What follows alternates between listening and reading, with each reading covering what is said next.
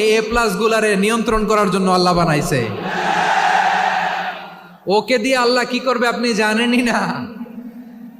একটা এ প্লাস, একটা A grade একটা মানুষের জীবনকে ঠিক করে দিতে পারে না। আপনার ছেলেকে আল্লাহ অন্যদিকে যোগ্যতা দিয়েছে, ওদের মনোবল ভাঙবেন না। খবরদার, খবরদার, ছেলে মেয়েদের মনোবল ভাঙবেন না।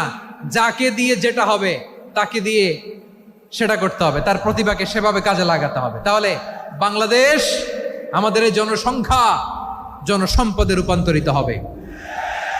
আমাদের সরকারের তত্ত্বাবধানে আমাদের 18 কোটি জনগণ দক্ষ জনশক্তিতে রূপান্তরিত হোক, আমরা চাই কি চাই না?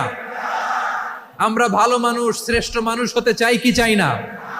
ওই জাপানিজদের মতো সৎ, ওই ইউরোপিয়ানদের মতো কালচার্ড আমাদেরকে আল্লাহ তাআলা কোরআন সুন্নাহ অনেক কিছু দিয়েছেন।